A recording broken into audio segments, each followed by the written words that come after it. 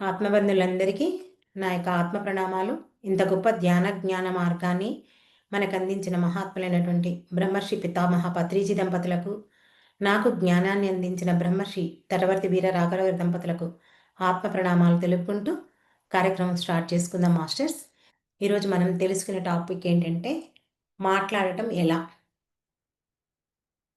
ఇంకా ఏం చెప్పుకోవచ్చు, మాట్లాడటంలో రకాలు. మాట ఎన్ని రకాలుగా మాట్లాడొచ్చు, ఒక్క విషయం గురించి మనం తెలుసుకుందాం. మాటనే మాట్లాడేది. ఆ మాట ఎలా మాట్లాడాలి అనేది తెలుసుకుందాం. మొట్టమొదటగా ప్రేమతో మాట్లాడాలి. మనం మాట్లాడే మాటలు కోపంతో కానీ, అహంకారంతో కానీ, కఠినంగా కానీ మాట్లాడకూడదు. అలా మాట్లాడితే ఇతరులకు బాధ కలిగించిన వాళ్ళం అవుతాం. అలా కాకుండా ప్రేమతో, కరుణతో, సానుభూతితో మనం ఎప్పుడైతే మాట్లాడతామో వాళ్ళకు ప్రేరణ కలుగుతుంది. హృదయం కరిగిస్తుంది. వాళ్ళకి ఇంకా మాట్లాడాలి, వినాలి అని అనిపిస్తుంది. మాట్లాడే మాటల వలన మనకు ఎవరైనా శత్రువులు ఉంటే కూడా వాళ్ళు మిత్రులుగా కావడానికి కూడా మనకు అవకాశం ఉంటుంది. నిజంగా మనమంటే ఇష్టపడేవారు మన నుంచి ఏమైనా ఆశిస్తారా అంటే ఏమీ ఆశించరు. కేవలం మంచిగా మాట్లాడితే చాలు అని అనుకునేవారు ఎంతోమంది ఉంటారు. అసలు నిజంగా మన జీవితం ఒక రైలు ప్రయాణం లాంటిది కదా! అంటే రైలు ప్రయాణంలో ఏం చేస్తాం మనం? ఒక ఊరు నుంచి ఇంకో ఊరికి ప్రయాణిస్తుంటాం. అందుకే మనం ఈ భూమి మీద ఉన్నన్ని రోజులు ఏం చేయాలి? అందరితో ప్రేమగా మాట్లాడాలి. ఎందుకంటే ఎన్ని రోజులుంటామో తెలియదు ఈ భూమి మీద. మనం పోయిన తర్వాత కూడా మనల్ని గుర్తు చేసుకునే విధంగా ప్రేమతో మాట్లాడాలి. కఠినమైన మాటలు ఎప్పుడైనా సరే హృదయాన్ని గాయపరుస్తాయి. అంతే కదా! కొన్ని సార్లు బాధ పెట్టే మాటలు మాట్లాడితే వాళ్ళు జీవితంలో ఎప్పుడూ మర్చిపోరు. చూడండి, ఉదాహరణకు ఎవరైనా ఒక పిల్లవాడు తప్పు చేశాడనుకుందాం. తప్పు చేసినప్పుడు వాడిని కోపంతో, భయంతో మనం గొంతు పెద్దగా చేసి భయపడిచ్చామనుకోండి. వాడెప్పుడైనా ఇక మన మాట వింటాడా? అమ్మో! వీళ్ళు తిడతారు అనే భయంతో ఉంటారు. అలా కాకుండా ప్రేమతో వాడు చేసిన తప్పును వాడికి ఎప్పుడైతే మనం తెలియచెప్తామో, ఆ తప్పుని ఇంకోసారి చెయ్యకుండా ఉండటానికి వాడు చూసుకుంటాడు. ఇంకెప్పుడు ఆ తప్పును చెయ్యడు. వాడిలో మార్పు రావడానికి అవకాశం ఉంటుంది. మనం మన జీవితంలో చూస్తే కనుక ఇలాంటివి ఎన్నో చూస్తుంటాం కదా! కాబట్టి మనం ఎప్పుడైనా సరే ప్రేమతో మాట్లాడడానికే ప్రయత్నం చేయాలి. నెక్స్ట్ అర్థం చేసుకొని మాట్లాడాలి. మనం ఎవరితోనైనా మాట్లాడినప్పుడు ఆ మాటలు అవతలి వాళ్ళు ఏదైతే మాట్లాడుతున్నారో ఆ మాట్లాడిన మాటలు పూర్తిగా అర్థం చేసుకొని మాట్లాడాలి. అర్థం లేకుండా మాట్లాడితే ఏమవుతుంది? కలహాలు వస్తాయి. ప్రళయమే సంభవిస్తుంది. అర్థవంతమైన మాటలు మాట్లాడితే జీవితంలో ఏ నష్టమూ ఉండదు. అర్థం కాని మాటలు, అర్థవంతమైన మాటలు మాట్లాడకపోతే జీవితమే నాశనమవుతుంది. మనం ఎప్పుడైనా అర్థం వచ్చే మాటలు మాట్లాడామనుకోండి, ఏమవుతుంది? మానవుడికి గౌరవం పెరుగుతుంది. అంతే కదా! అబ్బో! వీళ్ళు మాట్లాడితే చాలా గౌరవమైన మాటలే మాట్లాడతారు అని మనల్ని ఇట్లాగే గుర్తిస్తారు. అందుకే మనం ఏం చేయాలి? అర్థం చేసుకొని మాట్లాడాలి. నెక్స్ట్ ఆలోచించి మాట్లాడాలి. మనం మాట్లాడే ప్రతి మాట కూడా ఆలోచించి మాట్లాడాలి.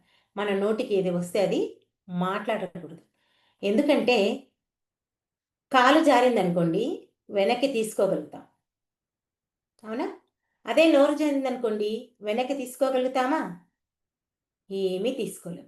మళ్ళీ అంటాం పైనుంచి, అబ్బా నేను కొంచెం ఆలోచించి మాట్లాడేదంటే అనవసరంగా నోరు జారిన ఇప్పటి నుంచి ఇలాంటి తప్పులు చేయకూడదు అని అనుకుంటాం కదా. మరి ఆలోచించకుండా మాట్లాడితే ఎలా ఉంటుందంటే, గురి చూడకుండా ఒక బాణం వేస్తే ఎలా పక్కకెళ్ళిపోతుందో ఆ విధంగా ఉంటుంది మనం మాట్లాడే మాట. అందుకే ఎప్పుడైనా సరే మనం మాట్లాడే మాటలు ఆలోచించి మాట్లాడాలి. మరి ఈ ఆలోచించి మాట్లాడే మాటలు చాలా జాగ్రత్తగా ఉండాలి. మనకి అప్పుడే లాభం ఉంటుంది. అంటే ఈ ఆలోచించు అనే దాన్ని ఇంగ్లీష్‌లో థింక్ అంటారు. థింక్. టీహెచ్ఐఎన్‌కే. అంటే ఫస్ట్ ఈ టీ అంటే ఏంది తెలుసుకుందాం. టీ అంటే ట్రూత్, నిజం. మనం మాట్లాడే మాటలు ఎప్పుడూ నిజమైన మాటలే ఉండాలి. అంటే ఏదైనా ఒక మాట మాట్లాడినామంటే దాని గురించి ప్రూఫ్ చూపియాలి. అంతే కదా! వాళ్ళడుగుతారు, "నిజంగా నువ్వు చూసావా?" అంటే ఆహ్, అది చూసిందే మనం చెప్పాలి. లేదంటే ఎవరైనా చెప్తే విని చెప్పామా? ఈ రెండింట్లో ఉంటుంది గదా! ఎవరైనా చెప్పిందైనా చెప్తాం. లేదా చూసిందైనా చెప్తాం. అది చూసిందైనా, విన్నదైనా నిజం ఉండాలి. అలా నిజం కలిగిన మాటలే మనం మాట్లాడాలి. అందుకే మనం సరి అయినవి మాట్లాడాలి. టీహెచ్ఐఎన్‌కే థింక్ కదా! టీ అయిపోయింది. హెచ్. హెచ్ అంటే హెల్ప్. హెల్ప్ అంటే సహాయం. ఎవరైనా ఇద్దరు వ్యక్తులు మాట్లాడుతుంటారు. కొట్లాడుతుంటారు. కొట్లాడినప్పుడు మనం మధ్యలో మాట్లాడడానికి వెళ్తుంటాం. వెళ్ళినప్పుడు మనం మాట్లాడే మాటలు వాళ్ళకు సహాయం చేయగలిగేటివి ఉండాలి. మనం మాట్లాడే మాటలు సహాయం కలిగే మాటలు ఉండాలి. అప్పుడే వాళ్ళకు హెల్ప్ చేసిన వాళ్ళం అవుతాము. ఐ. ఐ అంటే ఇంపార్టెంట్, ఇన్‌స్పైరింగ్. మనం మాట్లాడే మాటలకు ఇన్‌స్పైరింగ్ కావాలి. అంటే ఆసక్తి ఉండాలి. అబ్బా! ఏం మాట్లాడుతున్నారు బోరు, సోది అని ఉండకూడదు. ఇన్‌స్పైర్ కావాలి. ఈ మాట గురించి ఉదాహరణ అంటే ఇది చదువుకు సంబంధించింది కానీ ఎట్లా ఇన్‌స్పైర్ అంటే దేన్ని చూసి ఇన్‌స్పైర్ కావాలి అనే దానికి ఒక ఇద్దరు విద్యార్థులను తీసుకొని మనం చెప్పుకుందాం. ఇప్పుడు ఒక విద్యార్థి బాగా చదువుతున్నాడు. చదివినప్పుడు వాడికి మార్క్స్ మంచిగా వస్తాయి. మార్క్స్ మంచిగా వచ్చుకున్నప్పుడు ఇతరులకు ఇన్‌స్పైర్ అవుతాడు. అంతే గదా! ఆ ఇన్‌స్పైర్ అయినప్పుడు ఆ అబ్బాయి ఏమనుకుంటాడు? అబ్బో! వీడిలాగా నేను చదవాలి. అంటే ఆ చదువులో ఇన్‌స్పైర్ ఎలా అవుతున్నారో, మనం మాట్లాడే మాటల్లో కూడా ఇతరులకు ఇన్‌స్పైర్ కలిగించే మాటలు మాట్లాడాలి. ఓకే. నెక్స్ట్ ఎన్. ఎన్ అంటే నెసెసరీ, అవసరం. ఇప్పుడు మనం మాట్లాడే మాటలు అవసరమా?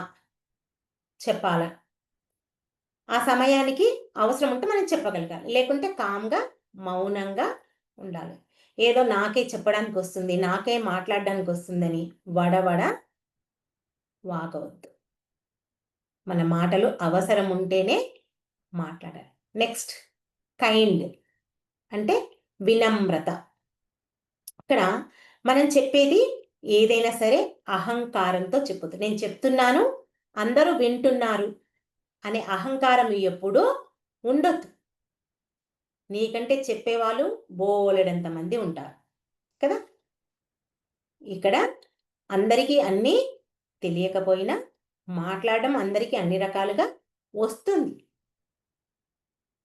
మనం మాట్లాడే మాటను బట్టే మనకు గౌరవం దక్కుతుంది. అహంకారంతో మాట్లాడితే అహంకారమే. మనం తెలుసు గదా! కర్మ సిద్ధాంతం. ఏం తెలుసు? నీవు సృష్టికి ఏదిస్తే అదే నీకు తిరిగి వస్తుంది. అంతే గదా! కాబట్టి మనం వినయంగా మాట్లాడితే వినయమే దొరుకుతుంది. అహంకారంతో మాట్లాడితే అహంకారమే దొరుకుతుంది. కాబట్టి మనం ఏం చేయాలి? ఆలోచించి మాట్లాడాలి. నెక్స్ట్ మంచిగా మాట్లాడాలి. మనం మాట్లాడే మాటలు మంచిగా మాట్లాడాలి. వ్యంగ్యంగా, వెక్కిరించినట్లు, విమర్శించినట్లు ఎప్పుడూ మాట్లాడొద్దు. మనం మాట్లాడే మాటల వల్ల మన యొక్క వ్యక్తిత్వం తెలుస్తుంది. కాబట్టి ఎప్పుడైనా సరే మనం మంచిగా మాట్లాడాలి. నెక్స్ట్, మనసు నొప్పించకుండా మాట్లాడాలి. ఇద్దరు వ్యక్తులు మాట్లాడేటప్పుడు ఏ విషయమైనా సరే మనసులో ఒకటి పెట్టుకొని బయటకి ఒకటి మాట్లాడొద్దు. ఇప్పుడు మనకు బాగా క్లోజ్ ఫ్రెండ్స్ ఉంటారు. లేదా మన ఫ్యామిలీ మెంబర్స్‌లో క్లోజ్‌గా ఉంటారు. స్నేహితులైనా క్లోజ్‌గా ఉన్నారనుకోండి. ఏం చేస్తారు? మాట్లాడతారు. మాట్లాడినప్పుడు మనకేదైనా అందులో ఆ ఇద్దరిలో ఎవరికైనా ఒక బాధ ఉంది. బాధ ఉన్నప్పుడు ఆ బాధను లోపల పెట్టుకొని మాట్లాడొద్దు. నీకున్న బాధను నీ యొక్క స్నేహితుడికి లేదా నీకు ఎవరైతే ఆహ్, సలహా ఇస్తారో, ఆ ఇబ్బంది నుంచి బయట పెడతారో వాళ్ళతో మనసు విప్పి మాట్లాడాలి. మనసు విప్పి మాట్లాడడం వల్ల నీవున్న బాధ నుంచి, కష్టం నుంచి, సమస్య నుంచి బయటపడటానికి అవకాశం ఉంటుంది. లేదంటే ఏమవుతుంది? నువ్వు లోపలే దిగమింగుకుంటావు. దానివల్ల ఏమవుతుంది? నీకు అనారోగ్యం రావడానికి అవకాశం ఉంటుంది. అంటుంటాం గదా! మనసులో ఏదో పెట్టుకొని ఆలోచిస్తున్నాడు. అందుకే వాడి ఆరోగ్యం దెబ్బతింటుంది. ఇలా గుంజుకుపోయాడు. అలా, ఇలా అని రకరకాలుగా మనం చెప్తుంటాం. కాబట్టి మనం మనసు విప్పి మాట్లాడాలి. నెక్స్ట్, మనసు నొప్పించకుండా మాట్లాడాలి. ఎవరితోనైనా సరే మనం మనసు నొప్పించే మాటలు మాట్లాడకూడదు. మాట్లాడితే మన మాట వల్ల ఎదుటి వ్యక్తి సంతోషపడాలి కానీ బాధపడొద్దు. అంతే గదా! ఇంకా కొంతమంది మాట్లాడుతుంటారు. వాళ్ళతో జీవితంలో ఎప్పుడూ మాట్లాడకూడదనిపిస్తుంది. అలా మనసు నొప్పించే మాటలు మాట్లాడుతుంది. కాబట్టి అలా ఎప్పుడూ మనం మాట్లాడవద్దు. ఉదాహరణకు చూడండి, ఒక వ్యక్తి ఒక పని చేస్తున్నాడు. చేసినప్పుడు ఇంకో వ్యక్తి అంటాడు, "నీ పని ఎప్పుడు సరిగ్గా ఉండదు. నీవన్నీ పనికిరాని పనులే చేస్తావు" అన్నాడనుకోండి. అప్పుడేమనిపిస్తుంది వాడికి? ఇంగ ఆ పనికి ముందుకు కాడు. ఇంగ మనసులో బాధ పెట్టుకుంటాడు. అవునా? ఇప్పుడు ఎవరైనా తప్పు చేస్తే, ఆ తప్పు చేసింది మనం సరిగ్గా చెప్పగలగాలి. అలా కాకుండా నీవు నీకు చేత కాదు కాదు. నీవింకా కొంచెం బాగా ఆలోచించింటే, ఈ తప్పు ఇలా జరగకుండా ఉంటుండే అని మనం కొంచెం సవరించి చెప్పామనుకోండి, వాళ్ళు చక్కగా అర్థం చేసుకొని మనసు నొప్పించుకోకుండా ఉండగలిగే వాళ్ళు ఉంటారు. మరి ఇంకంతే కాకుండా మనం ఎక్కడికైనా వెళ్ళాలి. ప్రయాణం చేయాలి. మనతో పాటు మన స్నేహితురాలో లేదా మన ఇంట్లో వాళ్ళు వచ్చేదుంది. వాళ్ళ వల్ల మనకు ఆలస్యమయింది. ఆలస్యమైనప్పుడు నీవంతా ఎప్పుడు ఇట్లే చేస్తావు. నీ వల్లనే ఆలస్యమైంది. ఈ బస్సు పోయింది. లేకుంటే ఈ సబ్జెక్ట్ మిస్ అయ్యాము. ఇది, అది అని ఎన్నో రకాలుగా మనం వితండవాదం చేస్తుంటాం. అలా మాట్లాడడం వల్ల అక్కడ ఆ వ్యక్తి బాధపడే అవకాశం ఉంది. అలా కాకుండా నువ్వు ఇంగ కొంచెం ఒక 2 నిమిషాలు ముందొచ్చింటే మనం మిస్ అయ్యేవాళ్ళం కాదు అని చెప్పామనుకోండి. అప్పుడు ఇంకే బాధ ఉండదు. అంతే కదా! ఇలా మనం ఏ విషయంలోనైనా సరే ఇతరుల మనసు నొప్పించకుండా మాట్లాడాలి. కొంతమంది ఎంత మంచిగా చెప్పినా నొచ్చుకునే వాళ్ళుంటారు. అలాంటి వాళ్ళని మనం వదిలేయాలి. చూస్తుంటాం కదా మనం. ఎంతో మందిని అలాంటి వాళ్ళను చూస్తుంటాం. మన జూమ్ క్లాస్‌లో కానీ, మన దగ్గరికి వచ్చినప్పుడు కానీ మనం చూస్తుంటాం. కాబట్టి మనం వాళ్ళ గురించి ఆలోచించొద్దు. మనం సరియైన మాటలే మాట్లాడాలి. నెక్స్ట్, తెలివిగా మాట్లాడు. ఎవరితో మాట్లాడినా మనం తెలివిగా మాట్లాడాలి. అర్థం పర్థం లేకుండా మాట్లాడకూడదు. ఎందుకంటే తానేం మాట్లాడినా, ఏం మాట్లాడాలో తెలిసిన వాడే తెలివైనవాడు. ఏం మాట్లాడాలో తెలియకుండా మాట్లాడితే అర్థం పర్థం లేని మాటలు మాట్లాడతాడు. కదా! కాబట్టి తెలిసి తెలుసుకొని మాట్లాడేవాడే తెలివైన వాడు అని చెప్తాడు వివేకానంద మహాత్ముడు. చూడండి, ఇప్పుడు ఈ తెలివి ఎలా ఉండాలంటే, ఏదైనా ఆపదలో ఇరుక్కున్నామంటే మనకు తెలుసు. నక్క కథ తెలుసు. నక్క ఎంత తెలివిగా తన ప్రాణాల్ని కాపాడుకుంటుంది గదా! పులి నుంచి. అలాగే మరి మనం ఆధ్యాత్మిక పరంగా ఆలోచిస్తే రామాయణంలో ఆహ్, సీతాదేవి. సీతాదేవిని తీసుకురావడానికి ఆంజనేయ స్వామి వెళ్తాడు. వెళ్ళినప్పుడు ఆ సీతాదేవితో మాట్లాడి సీతాదేవికి ధైర్యం చెప్పి హనుమంతుడు. హనుమంతుడు వస్తుంటే రావణాసురుడికి దొరికిపోతాడు. దొరికిపోయినప్పుడు రావణాసురుడు ఏం చేస్తాడు, "ఏంటి నీకెంత ధైర్యం? నా లంకారాజ్యంలోని నీవు ప్రవేశించావా?" అని చెప్పేసి, "నిన్ను చంపేస్తాను చూడు" అని చెప్పి బెదిరిస్తాడు. ఎవరు? రావణాసురుడు హనుమంతుడిని. అప్పుడు హనుమంతుడు తెలివితో ఏం చెప్తాడు, "రాజా, ఇలా నువ్వు నీ శత్రువును చంపడం కాదు. నేను చూడ్డానికొచ్చాను కరెక్టే. కానీ నువ్వు నన్ను శిక్ష విధించొచ్చు. కానీ చంపే హక్కు నీకు లేదు" అని చెప్తాడు. అప్పుడు రావణాసురుడు ఏం చేస్తాడు, నిజమే కదా! చంపొద్దు కదా! అని చెప్పి ఆలోచించి హనుమంతుడికి తోకకు నిప్పు ప నిప్పు పెట్టమంటాడు. ఎవరికి? తన యొక్క భటులకు చెప్తాడు. చెప్తే అప్పుడేం చేస్తారు భటులంతా రావణ హనుమంతుడికి తోకకు నిప్పు పెడతారు. ఇదే అదనుగా ఆ తోకకు నిప్పు పెట్టినప్పుడు హనుమంతుడు ఏం చేస్తాడంటే, ఆ లంకా రాజ్యాన్నంతా అంటుపెడతాడు. తన యొక్క తెలివితో తన యొక్క ప్రాణాన్ని కాపాడుకున్నాడు.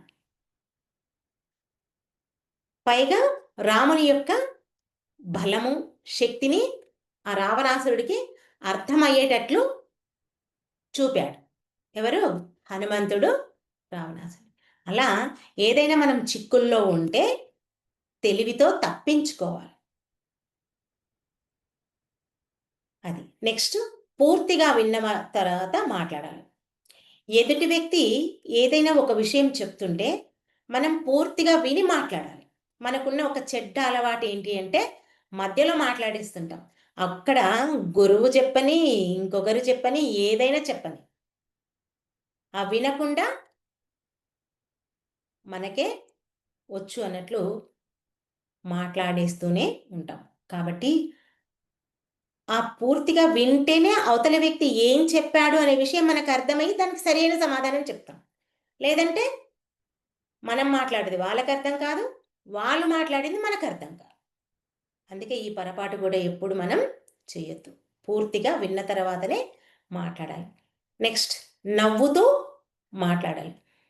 మనం మాట్లాడితే చిన్న పిల్లలైనా సరే, పెద్దవాళ్ళైనా సరే ఎవరైనా మంచిగా స్పందిస్తారు. అలా ఉండాలి మనం మాట్లాడే మాటలు.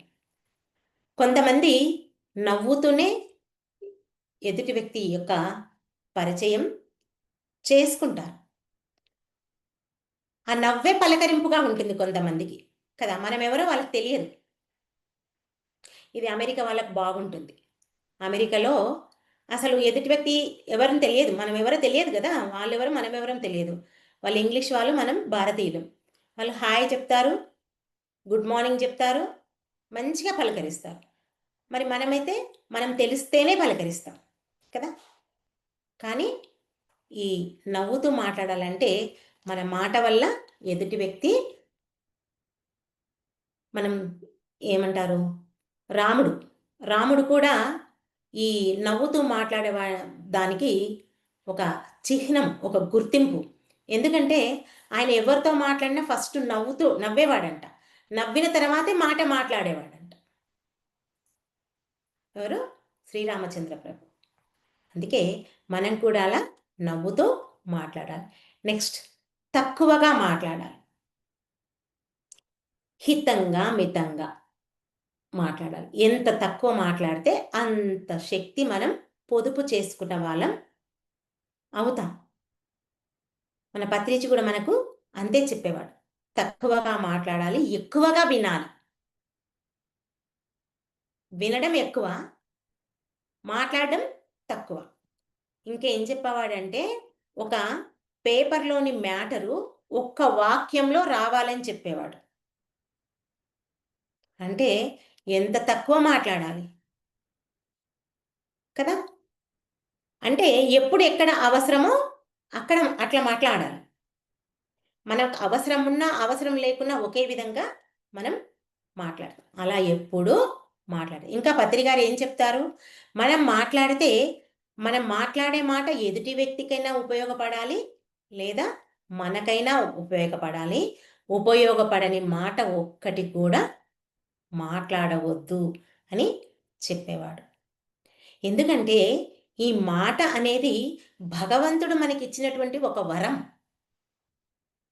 అంతే కదా! సృష్టిలో ఏ జంతువైనా మాట్లాడుతుందా?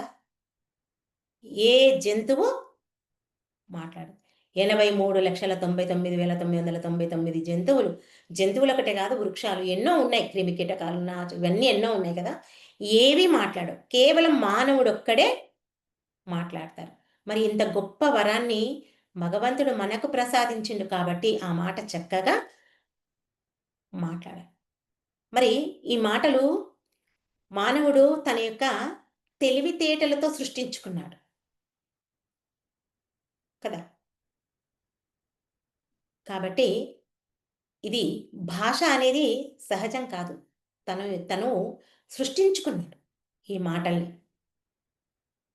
ఇంకా కాబట్టి మన యొక్క మాట ఎలా ఉండాలంటే ఒక ప్రసాదం అని చెప్పొచ్చు. అంటే అంత ఇదిగా మనం మాట్లాడాలి. ఈ మాటలకి ఏమైనా కాళ్ళుంటాయా? చేతులుంటాయా?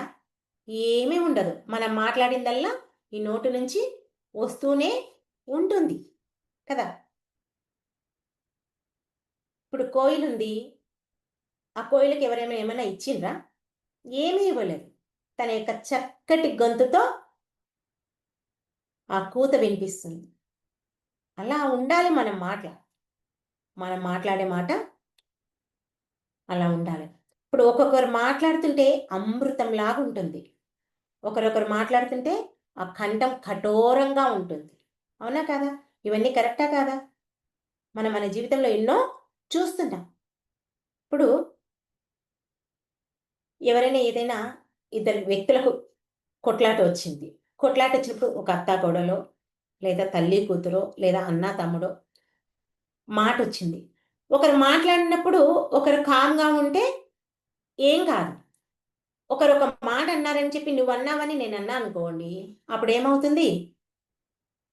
ఆ మాటలు పెరుగుతాయి. అందుకే మనకు తటవర్తి రాజ్యలక్ష్మి అమ్మ ఏం చెప్తుంది?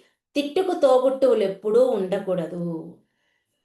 ఒకసారి ఒకరు తిట్టారంటే అక్కడ కామ్‌గా ఉండిపోవాలి. ఇంకది పెరగదు. కాబట్టి తిట్టుకు తోబుట్టువులెప్పుడూ ఉండొద్దు అని చెప్తది.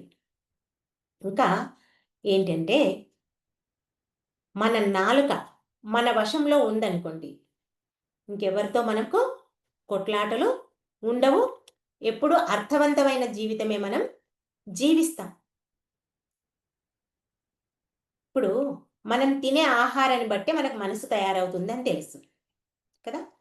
మనం ఎలాంటి నీరు త్రాగితే అలాంటి వాక్కే మనకు తయారవుతుందంట. మనం తాగే నీరుని బట్టి కూడా మన యొక్క మాట తయారవుతుందంట. చూడండి ఎంత జాగ్రత్తగా మనం గమనించాలి. ఈ నాలుక 2 వైపులా పదున్న కత్తి లాంటిది. అంతే కదా! ఈ మాటతో ఎదుటి వ్యక్తిని హింసించవచ్చు, బాధించవచ్చు, సంతోషపెట్టవచ్చు, అవమానపరచవచ్చు, దుఃఖ దుఃఖపడేటట్లు చేయవచ్చు, పొంగిపోయేటట్లు చేయవచ్చు. మాట్లాడేది ఒకే మాట. ఆ మాట వల్ల ఇన్ని రకాలైనటువంటి లాభాలున్నాయి, నష్టాలున్నాయి. అవునా కాదా? మాట చాలా శక్తివంతమైంది. దాన్ని జాగ్రత్తగా మాట్లాడాలి. మన మాటే మనకు అసలైన ఆభరణం కదా! మనం మాట్లాడే మాటలే మనకు మంచిని తెచ్చిపెడతాయి. అందుకే పెద్దలేం చెప్తారు? ఒంటరిగా ఉన్నప్పుడు ఆ మనసు యొక్క ఆలోచనల్ని, నలుగురిలో ఉన్నప్పుడు నీ నాలుకను అదుపులో ఉంచుకోగలగాలి. ఒంటరిగా ఉన్నప్పుడు మనసులో ఆలోచనలు, నలుగురిలో ఉన్నప్పుడు నీ నాలుకను. ఎంత గొప్ప మాటలు చెప్పారు. మన జీవితంలో మనం వీటన్నిటినీ ఆచరణలో పెట్టుకోవాలి. ఈ నోటిని అదుపులో పెట్టుకుంటే మనకెంతో మర్యాదగా ఉంటుంది. లేదంటే మన నోటికి ఏది వస్తే అది మాట్లాడుతూ ఉంటాం. ఇంకా మనం మాట్లాడే మాటలు సత్యవంతమైన మాటలే మాట్లాడాలి. అందుకే సత్య హరిశ్చంద్రుడు గుర్తుపెట్టుకోవాలి. సత్య హరిశ్చంద్రుడు ఎప్పుడు సత్యమే మాట్లాడేవాడు. అంటారు గదా మన పెద్దలు, నోరు మంచిదైతే ఊరు మంచిదవుతుంది కదా! మన నోరు మంచిగా ఉంటే ఊర్లో మనకందరూ సహకరిస్తారు. లేకుంటే ఏం జెప్తారు? అబ్బో! వాడా? వాడితో పెట్టుకుంటే ఇంకేం లేదు. వాడు మాట్లాడేదొకటి, చేసేదొకటి అని చెప్తుంటారు. కాబట్టి ఎప్పుడైనా సరే మనం మన నోటిని జాగ్రత్తగా ఉంచుకోవాలి. అందుకే ఎప్పుడైనా సరే వడవడ మాట్లాడే మాటలు మాట్లాడొద్దు. ఏం మాట్లాడుతున్నామో ఆ మాటలకు అర్థం, పరమార్థం ఉండాలి. ఇంకొక మాట చెప్తారు మన పెద్దలు. మాట తూటా లాంటిది. ఒక తూట దిగిందనుకో ప్రాణమే పోతుంది. అలాగే మనం సరికాని మాట మాట్లాడితే వాడు జీవితాంతము ఆ మాటను గుర్తుపెట్టుకుంటాడు. కాబట్టి నిజంగా మనం ఇంకా అబ్జర్వ్ చేస్తే కోర్ట్ ఉంటదే, ఆ కోర్ట్‌లో ఈ మాట వల్లనే కదా దోషి నిర్దోషి కావచ్చు, నిర్దోషి దోషి కావచ్చు. ఆ మాట వల్లనే. ఆ చెప్పే సాక్ష్యం వల్లనే. సాక్ష్యమే. సాక్ష్యం ఎలా చెప్తాడు? మాటతోనే కదా చెప్పేది. అంటే మాటకు అంత శక్తి ఉంది. మన నోట్లోకి ఏ ఆహారమైతే తీసుకుంటామో, ఆ ఆహారం వల్ల మనకి ఏ హాని జరగదట. మన నోట్ల నుంచి బయటికొచ్చే మాట వల్లనే మనకు హాని జరుగుతుందంట. ఇలా మనం చెప్పుకుంటూ పోతే ఈ మాట గురించి ఎన్నో రకాలుగా చెప్పుకోవచ్చు. కదా! కాబట్టి మనమెప్పుడూ అర్థవంతమైన మాటలే మాట్లాడాలి. ఆలోచించి మాట్లాడాలి. మనసు నొప్పించకుండా మాట్లాడాలి. పూర్తిగా విన్న తర్వాత మాట్లాడాలి. ప్రేమతో మాట్లాడాలి. ఇలా మాట్లాడితేనే మనం మన జీవితంలో ఉన్నత స్థితికి చేరుకుంటాం. తెలుసు గదా! మన మాటల వల్లనే మనకు కర్మలొస్తున్నాయని. మనం ఎప్పుడో గత జన్మలో చేసిన కర్మలు ఏవో 2 తెచ్చుకుంటాం. మరి ఇన్ని కర్మలు ఎలా యాడ్ అయితున్నాయి? మనకెందుకు ఇట్లా పెరిగిపోతున్నాయి అని మనం ఒకసారి ఆలోచించినట్లయితే, మన మాటలే మనకు కర్మలుగా తయారవుతున్నాయి. ఈ మాట తెలిసిన తర్వాత మనం ఎంత జాగ్రత్తగా మాట్లాడాలి? ఒకసారి గుర్తు చేసుకోండి. కాబట్టి మాట జాగ్రత్తగా మాట్లాడతాం. Okay masters. ఈ అవకాశం నాకిచ్చినందుకు మీ అందరికీ నా యొక్క కృతజ్ఞతలు. Thank you. Thank you. Thank you. Okay. అందరం ఒక 2 నిమిషాలు ధ్యానంలో కూర్చుందాం మాస్టర్స్. శ్వాసపై ధ్యాస వేళ్ళలో వేలు పెట్టుకోండి. పాదాలు 2 క్రాస్ చేసుకోండి.